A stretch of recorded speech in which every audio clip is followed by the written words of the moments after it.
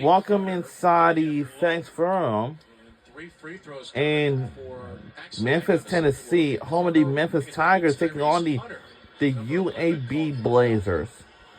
So the team we're rooting for today's game is Memphis Tigers. Yes, I saw the 1-1. I thought that was under 11, but good catch, David. It's a 1-1, and Moore misses it. 86% free throw shooter, leaves a couple of points out there. Well, going back to the turnovers, you see potentially another one right here, almost a backcourt violation. The problem with them is their live ball turnovers that lead to uncontested points on the other end of the court. Whoa! A three! Wow. If they turned it over at an average rate, it might be 18-1. Illegal screen, good call there. Illegal screen. Oglesby on the dribble handoff. Just can't run into the defender. Tony's fourth. What you see up here, get the ball to the middle, great reversal. The ball didn't stop moving. No dribbles necessary. Colby Rogers again. We're on ESPN2 for today's matchup. We're on American on ESPN. UAB was going with that 1-3-1. Look, we're on ESPN2. Wow, we're on ESPN2 for today's game. They do a good job. Problem with those previous possessions, they just were throwing it all over the place up near half court. Danger's been quiet in the half. As Owiro puts an elbow into him. And Danger is fouled. I mean, here's the thing, Memphis. The way they play, the pace, the energy, the chaos, you could even say, they're not going to be a team that doesn't turn it over. They're not going to be old school Virginia. They're not going to be among the nation's best teams in turnover rate. But there are certain types of turnovers that Penny Hardaway would like to limit. Yeah, and those three before that last timeout were perfect examples where they just come down, try to split the defense when it's not there, or a simple reversal from one side to the other. Instead of making a high ball fake and then throw a bounce pass, you fake high and then still try to throw high, and it sails into the fourth row of the bleachers, or the seats over there. So those are the ones that they have to eliminate. The unforced ones just because of careless basketball. Danger 1 for 2, new season high 19. As Owiro misses from point blank range, gets it back, and Bradley Azuiro's got 15 off the bench. Danger just had to get out of the way there, didn't want to pick up his fifth foul. But Azuiro has given the Blazers pretty good minutes off the bench. Again, just the defensive end is where they really struggled. I mean, you see Memphis 80 points with almost 7 minutes left in the game. Danger left-handed again. He's amphibious. He took a lot of contact on that, too. I thought that might be an and one. Moore keeps hoisting. He's 0 for 4 from 3. Danger's one shy of a career high. He won't get it here. And Jourdain, basically a yellow card foul to stop a Lindeborg break.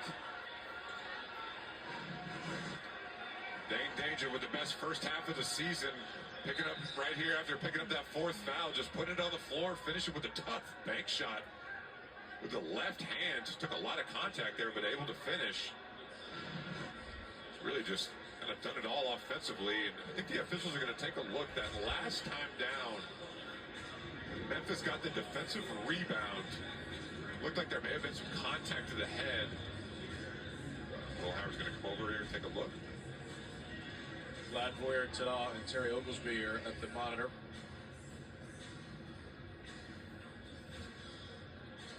Is that what he told you? Contact on that side? Yeah, they're actually going to take a look at two separate plays here. One at the half-court circle, which I didn't see in real time, but there was one down underneath the UAB basket. I couldn't quite tell who it was down on the floor, a little slow to get up.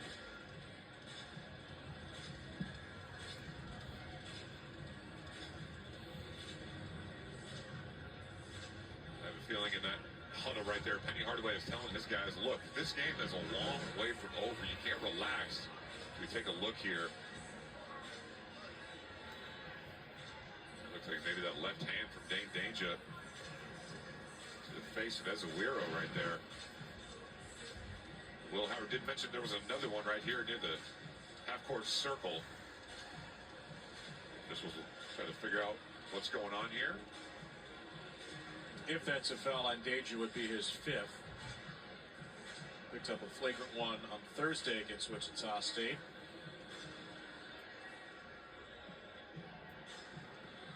So 82-61, 6:21 to go. Go to the last 3 halves of basketball between Memphis and UAB. Memphis is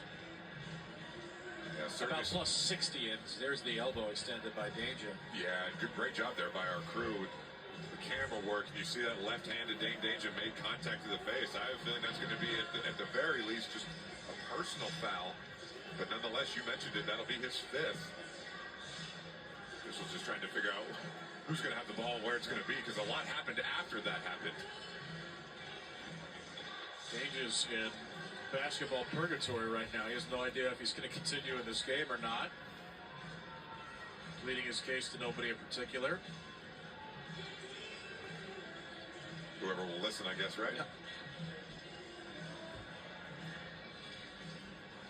Terry Oglesby went over to the table. We didn't get an official microphone announcement there. Will Howard's going to give us the announcement. What do you got? So a lot to unpack there. So that replay that we saw there. That's why I asked you. They upgraded that to a flagrant 1. So that'll be 2 free throws for UAB. Then it'll be the 1-and-1 off of the common foul. And then it'll be UAB's ball. But that doesn't make sense now that I think about it. I think I recited that back the way he said it. But how could you have UAB ball after a 1-and-1? So now I'm confused. All right, thanks for sorting it out, David. I hope that helps. Dynamite trumpet, David. All right, well, here's the foul. So that's going to be a flagrant 1. So that'll be 2 free throws for Ezewiro. You like that call? Yeah, it wasn't necessary, I think, is why. I mean, he swiped his hand back.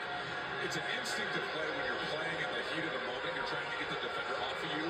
Just happen to make contact with the face. But the most unfortunate part, obviously, for Dane Danger and Memphis is that it's just a foul, so he's going to have to watch the rest of the way. So Ezewiro is shooting the flagrant free throws, and he is now 7 for 7 at the line today. Bradley Ezewiro gets to the foul line a ton. Okay, so now we're going to have a 1-and-1 with nobody on the line. You don't see that very often. So, make the first one, get another one. This is amazing. If you miss it, too bad, but it's still your ball. I don't think I've ever seen that before. I don't know that I have either. High drama here. Lendeborg. All right, so he'll get the second. This could be a 7-point possession potentially for UAB. You were right, by the way. It didn't make sense to you, but you were right. 2 free throws, 1-and-1. It just didn't sound right in my head when I started saying it back. Yeah. I was like, wait, how does that work? But here we are. You said it. This could be a huge possession here if UAB is able to score again.